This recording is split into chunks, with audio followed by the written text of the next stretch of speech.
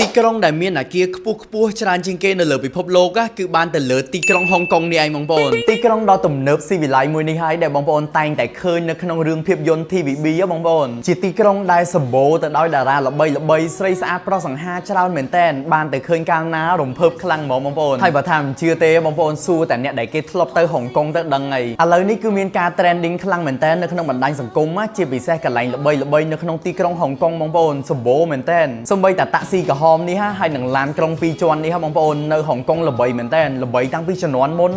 ហើយបានទៅហុងកុងបានទៅថតជាមួយរបស់អស់នេះទៀតគឺថាអូលយហ្មងនិយាយមែនបងប្អូនដែលធ្លាប់បានទៅស្គាល់បានទៅលេងទីក្រុងហុងកុងហើយគឺចាត់ទុកថាលយហើយបងប្អូនព្រោះដោយសារទីក្រុងហុងកុងនេះ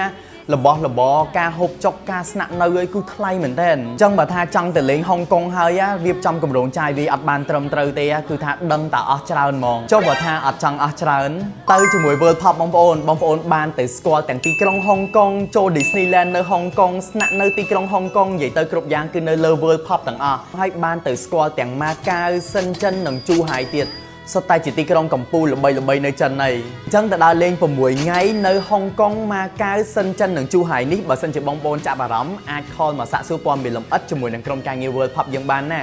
បាយបាយ